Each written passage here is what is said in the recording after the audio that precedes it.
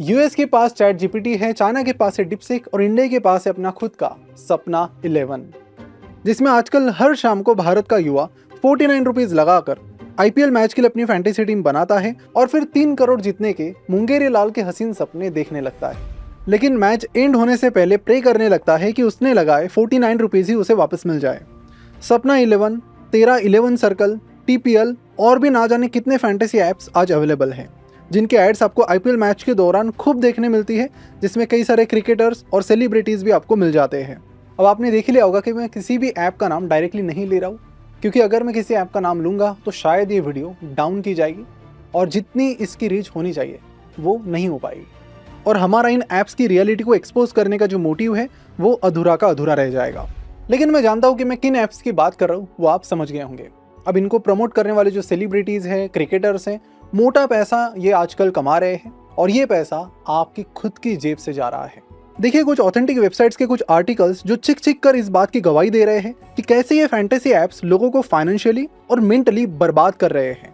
तो अब सवाल आता है कि अगर ये फैंटेसी ऐप्स अगर इतने खतरनाक है तो गवर्नमेंट इसे बैन क्यों नहीं करती, और अगर गवर्नमेंट बैन नहीं करती तो सुप्रीम कोर्ट इस पर कुछ एक्शन क्यों नहीं लेता। आखिर इन फैंटेसी ऐप्स का बिजनेस मॉडल कैसे काम करता है और क्या गवर्नमेंट को भी इनसे बड़ा फायदा मिल सकता है। तो इन फैंटेसी ऐप का जो छुपा हुआ बिजनेस मॉडल है वो आज हम आपके सामने रिवील करेंगे, और क्या गवर्नमेंट को भी इनसे बहुत बड़ा फायदा मिल रहा है। आज के इस वीडियो में डिटेल में इन सारी चीजों के बारे में आपको पता चलेगा।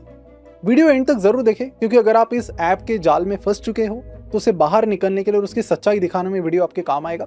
और अगर आप नहीं भी फंसे तो भी देख लेना, क्योंकि फ्यूचर में आप इस तरह की चीजों में फिर बाद में कभी नहीं फंस पाएंगे। नमस्कार, मैं प्रसाद आपका आज के इस वीडियो में स्वागत करता हूँ। वीडियो में आगे बढ़ने से पहले कुछ रियल स्टोरीज हैं, उन्हें पहले सुन लीजिए। रवि एक छोटे शहर का लड़का था जो चाय की टपरी पर दोस्तों के साथ बैठता था। दोस्तों के कहने पर उसने एक दिन सपना 11 पर 100 रुपीज लगाए और 500 रुपीज जीत भी लिए। इस छोटी सी जीत से उसका कॉन्फिडेंस बहुत बढ़ गया। उसने सोचा, अगर थोड़ा पैसा और लगाऊंगा तो बड़ा जैकपॉट में जीत सकता हूँ। फिर उसने अपनी सेविंग से 50,000 रुपये लगा दिए, लेकिन वो ये पैसे हार गया और हारने के बाद वो रुक नहीं सका। उसने दोस्तों से उधार लिया, घर से पैसे चोरी किए और सिर्फ 2 साल में वो 3 लाख रुपए इस ऐप पर हार गया। और आखिर में घर बेचने की नौबत उसकी फैमिली पर आई। और ये सिर्फ एक रवि की बात नहीं है, इंडिया में अभी के टाइम हजारों अलग अलग जगह पर हजारों अलग अलग रवि सेम प्रॉब्लम से जूझ रहे हैं और डिप्रेशन में चले गए। कानपुर के प्रदीप जो कि पोस्ट ग्रेजुएट है, उनकी भी स्टोरी काफ़ी सिमिलर है। और एक चीज़ इन सब चीज़ों में कॉमन है कि वो धीरे धीरे ग्रीड इतनी बढ़ जाती है कि लोग पैसे उधार लेकर इन फैंटेसी ऐप पर लगाने लगते हैं और एक तरह से अपना काम धाम छोड़कर उसी में लग जाते हैं कि दिन भर ये यही सोचते रहते हैं कौन से प्लेयर्स को लेना है, क्या करना है, कौन अच्छा खेलेगा। काम धाम रह गया बाजू में, और फिर पैसा हारने के बाद इनका दिमाग और कॉन्फिडेंस इतना डाउन चला जाता है कि जिंदगी में कुछ करने की होप ही मानो गुम सी हो जाती है। लाखों की संख्या में भारत में आज यूथ इसमें बर्बाद हो रहा है, यहाँ तक कि हाउसवाइफ से भी पीछे नहीं रह रही है। भवानी जो कि चेन्नई की 29 साल की महिला है, जो 2 बच्चों की माँ भी थी, उसने ऑनलाइन रम्मी जैसी ऐप्स में खेलना शुरू किया। शुरू में तो छोटे मोटे बेट्स जीती, लेकिन धीरे धीरे उसे भी इस चीज़ का एडिक्शन लग गया। सिर्फ 1 साल में वो 10 लाख रुपए हार गई, जो उसके पति ने घर चलाने के लिए जमा किए थे। उसके पति ने समझाया, उसके पापा ने रोका, लेकिन वो नहीं मानी और एक दिन हारने के बाद अपने आप को ही दोष देते हुए उसने सुसाइड कर लिया। यानी जिस यूथ को अपने टैलेंट का इस्तेमाल करके जॉब या फिर बिजनेस करना चाहिए था, वो टैलेंटेड यूथ आज क्या कर रहा है, अपना टाइम बर्बाद कर रहा है इन फैंटेसी ऐप्स पर। क्योंकि मुझे लगता है कि हमारे देश में टैलेंट की कोई कमी नहीं है, ज़रूरत है सिर्फ एक सही प्लेटफॉर्म की। और हाँ, एक सही प्लेटफॉर्म से याद आया ओडू के बारे में। जिन लोगों को ओडू के बारे में नहीं पता उनको बता दूं कि ओडू एक all in one management software है जो एंटरप्रेन्योर्स की लाइफ काफ़ी ईजी बना देता है। और रही बात टैलेंट की, तो अगर आप कोई बिजनेस चला रहे हो या फिर टैलेंटेड लोगों को हायर करना चाहते हो तो ओडू की रिक्रूटमेंट ऐप आपके काफ़ी काम आएगी। क्योंकि ओडू रिक्रूटमेंट ऐप आपकी रिक्रूटमेंट प्रोसेस को स्ट्रीमलाइन कर देती है, जिससे आप अच्छे टैलेंट को बड़े आसानी से और इजीली हायर कर पाओ। आप इस ऐप के जरिए मल्टीपल जॉब पोजीशंस को एक सेंट्रलाइज रिक्रूटमेंट डैशबोर्ड पर देख सकते हो। इसी के साथ हर जॉब पोजीशन पर क्लिक करके हर कैंडिडेट का एप्लीकेशन स्टेटस देख सकते हो और ड्रैग एंड ड्रॉप करके इजीली अपडेट भी कर सकते हो। और हाँ, यहाँ पर आप हर कैंडिडेट की सारी इन्फॉर्मेशन जैसे कि रिज्यूमेज, कवर लेटर्स या और कोई डॉक्यूमेंट एक ही जगह पर एक्सेस कर सकते हो। और इनकी सबसे अच्छी बात जो मुझे लगती है कि इनका कोई भी एक ऐप आप लाइफ टाइम के लिए फ्री में यूज़ कर सकते हो। उसके लिए आपको कोई हिडन चार्जेस या फिर नॉर्मल चार्जेस पे करने की ज़रूरत ही नहीं है, एब्सोल्युटली फ्री। और अगर आपको एडिशनल ऐप्स यूज़ करने हैं तो उसके लिए आपको अपना प्लान अपग्रेड करना होगा। तो फिर वेट किस बात का, अभी डिस्क्रिप्शन और कमेंट बॉक्स में जाइए, ओडो की लिंक पर क्लिक कीजिए और अपनी रिक्रूटमेंट प्रोसेस को स्ट्रीमलाइन कीजिए तुरंत साइन अप करके। अब चलते हैं वीडियो की तरफ। वैसे गैम्बलिंग की बात करें तो इंडिया में वो नई नहीं है, इसकी हिस्ट्री काफ़ी पुरानी है। ये हमारे कल्चर, ट्रेडिशंस और अब तो लॉ के साथ भी जुड़ चुकी है। समय के साथ टेक्नोलॉजी एडवांस हुई जिससे गैम्बलिंग का तरीका तो बदला है, लेकिन गैम्बलिंग नहीं बदली। गैम्बलिंग का जिक्र महाभारत में भी मिलता है, जो लगभग 5000 साल पहले की घटना है। यहाँ पांडवों और कौरवों के बीच एक डाइस गेम यानी पासे वाला गेम खेला गया था, जिसमें युधिष्ठिर ने अपना सब कुछ गवा दिया, यहाँ तक कि अपनी पत्नी द्रौपदी को भी। तो महाभारत के समय से ही हमें लर्निंग मिली है और ये साफ हो गया है कि इस चीज के परिणाम कितने गंभीर हो सकते हैं। इवन हड़प्पा सिविलाइजेशन के टाइम भी डाइस के प्रूफ्स मिले हैं, मतलब गैम्बलिंग तब भी लोगों के लिए कॉमन था। जो बड़े बड़े राजा महाराजा है वो भी कार्ड गेम्स और कॉक फाइटिंग जैसे गेम्स एंजॉय करते थे। इसके बाद जब अंग्रेजों ने भारत पर आक्रमण किया तब उन्होंने यहाँ पर गैम्बलिंग को रेगुलेट करना शुरू किया। 1867 में उन्होंने पब्लिक गैम्बलिंग एक्ट बनाया, जो आज भी इंडिया में गैम्बलिंग लॉज का बेस है। और ये चीज आप में से काफी सारे लोगों को शॉकिंग भी लगेगी। इस लॉ के अकॉर्डिंग पब्लिक प्लेसेस में गैम्बलिंग इलीगल हो गया, लेकिन प्राइवेट गेम्स पर ज्यादा कंट्रोल अब भी नहीं था। ब्रिटिशर्स खुद भी हॉर्स रेसिंग और गैम्बलिंग करते थे, तो इसीलिए उन्होंने इस चीज को गैम्बलिंग का एक लीगल हिस्सा बता दिया। और इसीलिए इंडिया में आज भी जो हॉर्स रेसिंग है वो गैम्बलिंग नहीं मानी जाती, वो एक स्किल बेस्ड गेम माना जाता है। और ये थोड़ी सी हंसने वाली बात है। अब देखिए, इंडिया में इन चीजों को दो तरीकों से बांटा गया है। अंग्रेजों ने भी वैसे ही किया था, चांस बेस्ड और स्किल बेस्ड। स्किल बेस्ड मतलब जहां पर आपकी मेंटल या फिजिकल स्किल्स इन्वॉल्व होती हो, और दूसरा है चांस बेस्ड जिसमें स्किल का कोई इन्वॉल्वमेंट नहीं होता है, 100% चांस पर डिपेंडेंसी होती है और गेम पर आपका कुछ भी कंट्रोल नहीं होता है। इसके बाद जब देश आजाद हुआ तब पब्लिक गैम्बलिंग एक्ट 1867 को सेम उठा लिया गया और गैम्बलिंग को इलीगल ही रखा गया। लेकिन इसमें एक छोटा सा बदलाव किया गया, जिसमें हर स्टेट को ऑप्शन दिया गया कि वो पब्लिक गैम्बलिंग एक्ट 1867 को सेम बिना चेंज किए एक्सेप्ट कर सकते हैं या फिर अपने अकॉर्डिंग इसे थोड़ा चेंज भी कर सकते हैं। जैसे आपने देखा होगा कि गोवा और सिक्किम में कसिनोज लीगल है, बट यहाँ पर इसे टूरिस्ट को ध्यान में रखते हुए अलाउ किया गया है। किसी स्टेट में लॉटरीज भी अलाउड है, जिसे वहाँ की गवर्नमेंट खुद रन करती है, जैसे कि असम, अरुणाचल प्रदेश, वेस्ट बंगाल एटसेट्रा। और जहाँ पर फिर ऑनलाइन गैम्बलिंग की बात आती है तो वहाँ पर ये जो 1867 का एक्ट है अंग्रेजों ने बनाया हुआ, वो उतना काम नहीं करता है, बिकॉज उस टाइम इंटरनेट नहीं था। तो इसीलिए ये ऑनलाइन गैम्बलिंग एक ग्रे एरिया बनकर रह गया है। और फिर बहुत सारी फैंटेसी और बेटिंग ऐप्स आने लगी जिन्होंने इस लूप होल का फायदा उठाना शुरू किया। और आपको पूछ लूँ कि क्या आपको पता है कि इंडिया का सबसे पहला फैंटेसी ऐप कौन सा था? तो ये 2001 में इसकी शुरुआत हुई। स्टार स्पोर्ट्स और ESPN ने मिलकर सुपर सिलेक्टर नाम की एक फैंटेसी ऐप लॉन्च की, लेकिन ये फैंटेसी ऐप पूरी तरह से फेल हो गई क्योंकि उस समय बहुत ही कम लोगों के पास स्मार्टफोन और इंटरनेट हुआ करता था। फिर 2008 के करीब जब इंटरनेट और स्मार्टफोन का यूज़ बढ़ने लगा, वैसे वैसे कई सारे मल्टीपल फैंटेसी ऐप्स इंडिया में आने लगी। और मैं 2008 की बात कर रहा हूँ तो एक चीज़ समझ लेना कि 2008 में IPL की भी इंडिया में शुरुआत हुई थी। और फिर IPL का सहारा लेकर और इंडियन लोगों के ग्रीड को समझकर बहुत सारी फैंटेसी ऐप्स बाद में $1 बिलियन कंपनीज बनी, यूनिकॉर्न बन गई। आज इंडिया में 3 ऐसे फैंटेसी स्पोर्ट्स प्लेटफॉर्म हैं जिनको यूनिकॉर्न का टैग मिल चुका है। लेटेस्ट डेटा की बात करें तो इंडिया में आज 140 मिलियन यानी 14 करोड़ से ज़्यादा लोग रेगुलरली ऑनलाइन गैम्बलिंग और बेटिंग में पार्टिसिपेट करते हैं।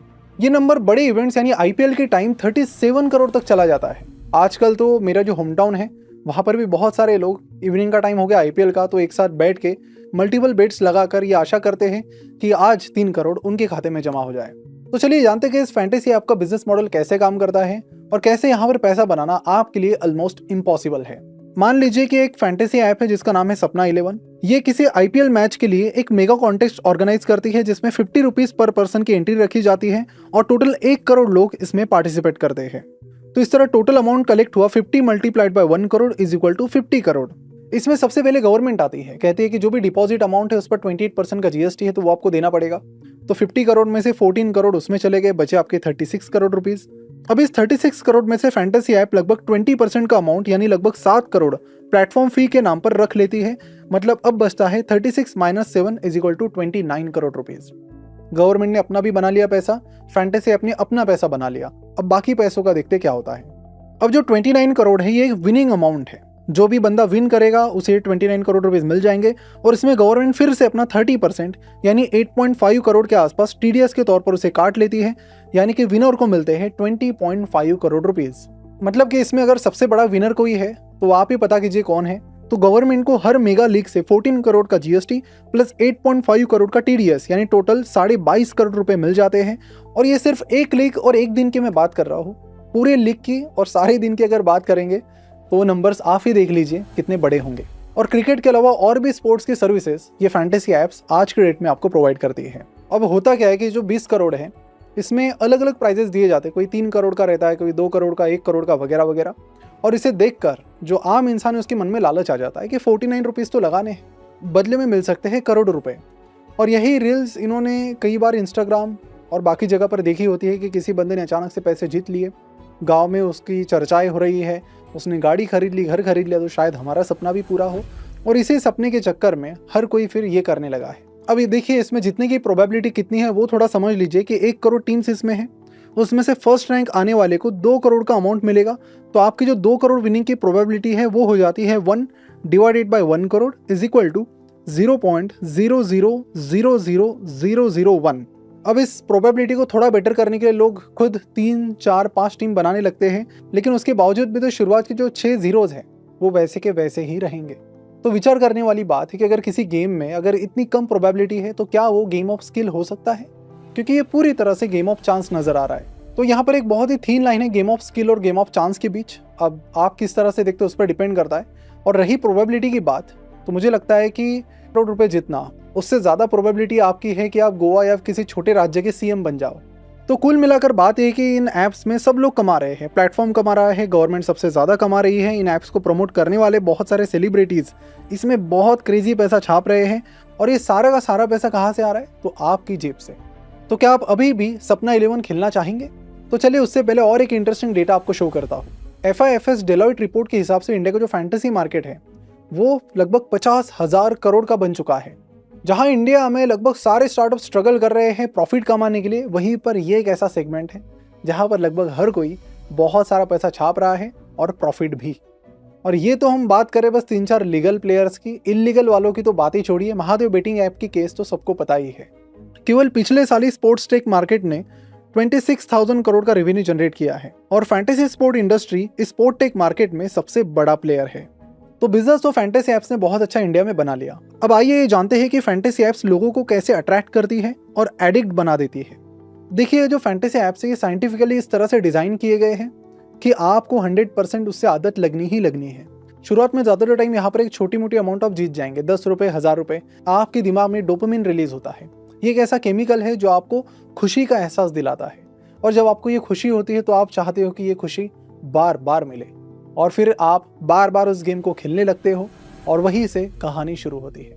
इस तरह लोग फैंटेसी ऐप्स के आदी बन जाते हैं, कॉन्टेक्स्ट ज्वाइन करते रहते हैं और अपना पैसा लगातार गंवाते रहते हैं। शुरुआत में तो ये ऐप्स आपको फ्री एंट्रीज, डिस्काउंट्स या फिर फर्स्ट लीग फ्री जैसे ऑफर्स प्रोवाइड करती है। इससे यूजर को लगता है कि रिस्क तो कम है और जीतने के चांसेस बहुत ज्यादा। और साथ ही इन्होंने यहाँ पर सिर्फ विन और लूज की तरह नहीं रखा है, इन्होंने यहाँ पर ये रखा है कि आप प्लेयर्स चुनो, और इस ट्रिक को कहते हैं इल्यूजन ऑफ कंट्रोल। यूजर को लगता है कि टीम तो मैंने बनाई है तो जो कुछ होगा वो मेरे कंट्रोल में ही होगा, लेकिन ग्राउंड रियलिटी ये है कि मैच का रिजल्ट आपके कंट्रोल में नहीं होता है। मैच में कुछ भी हो सकता है आपने जिस प्लेयर को अपनी टीम में कैप्टन बनाया हो, ये सोचकर कि वो आज सबसे ज्यादा पॉइंट देगा वो 0 पर आउट हो जाए और आपकी एंट्री फी वापस मिलना भी मुश्किल हो जाए। फिर आता है नियर मिस इफेक्ट। मान लो आपकी टीम सिर्फ कुछ पॉइंट से हार जाती है तो आप सोचते हो कि अगर मैं 1-2 प्लेयर चेंज कर लेता तो शायद 2 करोड़ रुपए जीत लेता, जिससे आप अगेन उस मिस्टेक को रेक्टिफाई करने के लिए वापस खेलने लगते हो। तीसरा इफेक्ट है फोमो यानी फियर ऑफ मिसिंग आउट, और इसी तरह बहुत ही इंट्रीगिंग पॉपअप्स और नोटिफिकेशंस आपको मिलते रहते हैं जो आपको ये गेम खेलने के लिए मजबूर करते हैं। अब हालांकि आपको ये सारी चीज़ें नॉर्मल लग रही होगी, लेकिन इसके पीछे बैठी एक बहुत बड़ी प्रोडक्ट टीम जो इन सारी चीज़ों को आपके खिलाफ यूज़ करती है ताकि आप बार बार खेलें और बार बार पैसा लूज करें। अब बात करते हैं कि इन फैंटेसी ऐप्स पर सुप्रीम कोर्ट का क्या कहना है। तो जैसे कि मैंने आपको बताया कि पब्लिक गैम्बलिंग एक्ट में स्टेट्स को कुछ पावर दी गई है जिससे वो डिसाइड कर सकते हैं कि किस तरह की ऐप्स उनके स्टेट्स में रन कर सकती है और किस तरह की नहीं। इस बेसिस पर कुछ स्टेट्स ने फैंटेसी ऐप्स के खतरे को पहले ही भांप लिया और उन्हें अपने स्टेट्स में बैन कर दिया। ये स्टेट्स है आंध्र प्रदेश, तेलंगाना, असम और उड़ीसा। इसके अलावा 2 स्टेट और भी है जहां पर यह ऐप रेस्ट्रिक्टेड है, वो है सिक्किम और नागालैंड। यानी कि सिक्किम और नागालैंड में आप फ्री में तो कॉन्टेस्ट खेल सकते हो लेकिन पेड वाला नहीं।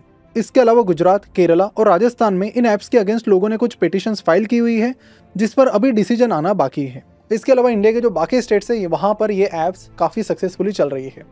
अब जाहिर सी बात है कि ये चीज़ सुप्रीम कोर्ट में भी गई थी। सुप्रीम कोर्ट ने ये कहा कि ये जो फैंटेसी ऐप्स है ये गेम ऑफ स्किल है, मतलब जिसमें डिसीजन मेकिंग, एनालिसिस और प्लानिंग चाहिए, और इसीलिए उन्हें गैम्बलिंग नहीं माना जा सकता। अब इसमें गवर्नमेंट क्या कर रही है ये देखना भी बड़ा इंटरेस्टिंग है।